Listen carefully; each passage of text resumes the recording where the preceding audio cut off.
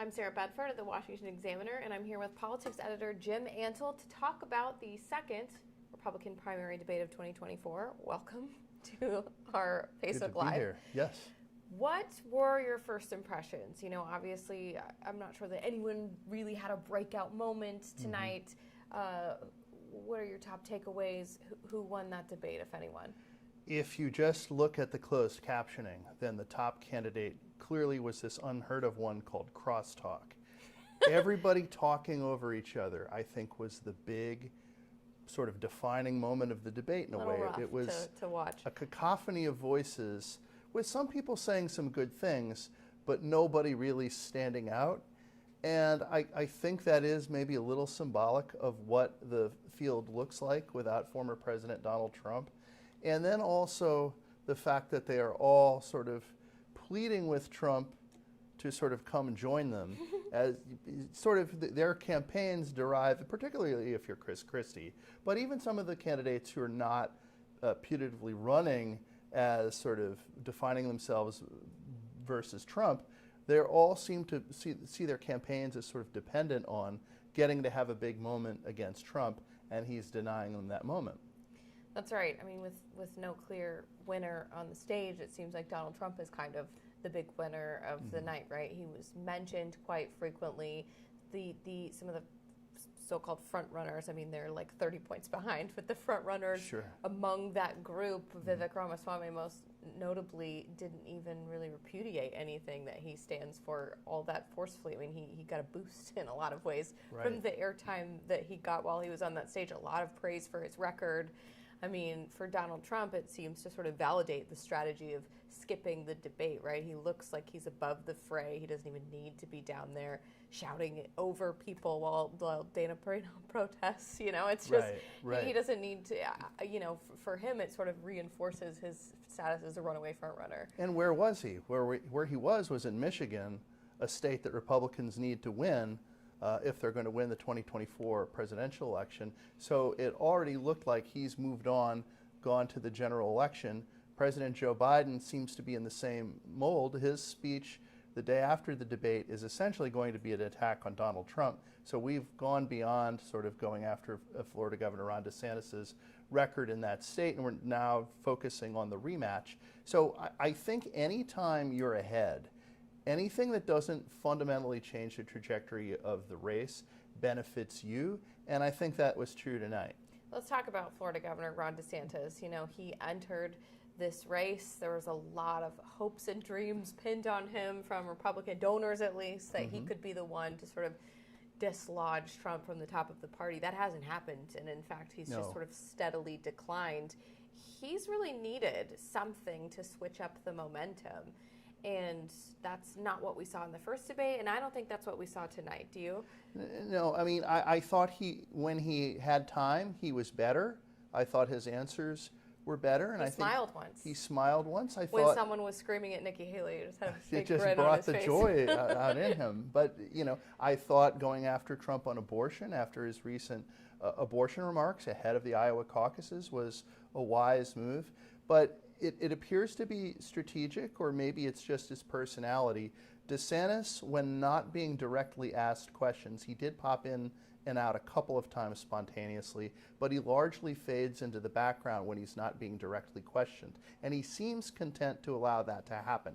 And that would be a strategy I'd understand. If he was a front runner? If those candidates on the stage with him were the only ones in the race, and he was the front runner, then I'd say absolutely that's the way to go. But he isn't, and there's Donald Trump, and he has to try to get ahead of Donald Trump. And so it is a little questionable to me why he wouldn't be more forceful. Now, I do know that a lot of the focus groups in the last debate, a thing that Republican voters did like about DeSantis' performance then was that he didn't spend a lot of time attacking other Republicans. So maybe without Trump on the stage with him, it's hard to get these big moments when you have to like punch down at, you know, Ramaswamy or someone else. But I think he needs to get something out of these debates, and I'm not sure he is. Nikki Haley was sort of, to hear the Republican establishment say it, a breakout star from the last debate, right? She sort of came out on top of an exchange on foreign policy that she had with Vivek Ramaswamy, and she went up in the polls Sure. since then, and her favorability went up as well. Do you think that she had as good of a night tonight? Because, you know, her hatred for Vivek Ramaswamy is palpable. You could see it on her face. Yeah. I don't know that that is an appealing characteristic for a candidate to have such a visceral hatred of only one of their rivals for what seems to be no good reason. There's not a very good strategic reason to be spending a lot of time attacking Ramaswamy. I know he's had some upward movement in the polls, but it's mostly been in national polls, a little bit in state polls. I think he's not somebody to really worry about until he's really competing with you in those early states. So yeah, it doesn't, I understand he gets under all of their skin. He's a guy who's never been in elected office before. He's glib. He's relatively young.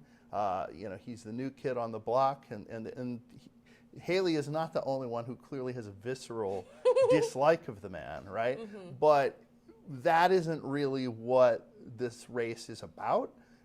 It should be about, number one, making your positive case, and number two, beating Donald Trump, the man ahead of you. Now, Ron DeSantis didn't get attacked a whole lot. He got attacked some, and I think people thought a risk for DeSantis going into both of these debates would be, because he's the front runner among those on stage, everybody would just pile on Ron, and that's really not been what has happened so far. Which is strange, because if you look at, the Real Clear Politics polling average, I mean, at least in the national polls, he's triple the person closest behind him. Right. And yet you didn't see a lot of the fire being trained on him to the extent that it was, on the stage and not at Biden or Trump. It was at Vivek Ramaswamy. Why do you think that is? It was sort of a surprise in the first debate that we saw that dynamic, right? That people piled on him, even though he wasn't even really expected to be a factor in the race at all. And we saw a lot of that dynamic repeat itself tonight. Why? I think a lot of these candidates don't really have any strategy. I think a personal dislike. Trump and DeSantis gave sort him a of weird have. Look backstage. Yeah, right. I think Trump and DeSantis, though, they have a theory about how they're going to win. And, it's working out better for Trump right now than it is DeSantis, but at least I think that they have some operating principle to their campaigns. These other campaigns seem so ad hoc. So just punching Vivek because he's there, what's it going to get you? I mean, at least Haley could claim in the first debate that maybe she got a good moment by standing up for Bush-era foreign policy, in effect, against this newcomer. But you can only really do that once and have it be surprising. So doing it again is going to net you much benefit. A little bit to Tim Scott. Yeah. I also think, her delivery was clearer than Vivek Ramaswamy during the first debate on foreign policy. He kind of giggled when people were talking about Russian murder. It was sort of awkward. But Vivek's position, his actual position on Ukraine, is much more closely aligned with their Republican voters. I mean, 75% of Republican voters, Congress should send any more money to Ukraine. And Nikki Haley is very firmly on the side of continuing a blank check. I mean, her on Ukraine is virtually indistinguishable from the Biden administration's policy. So even though she got the better of him stylistically, I wonder if eventually that Bush-era foreign policy views, they're going to become a liability for her. Well, I mean, that becomes a thing. I think that she certainly polls well when you test her in national polls, but I do wonder if you really hit her very hard on foreign policy and on entitlements and raising the retirement age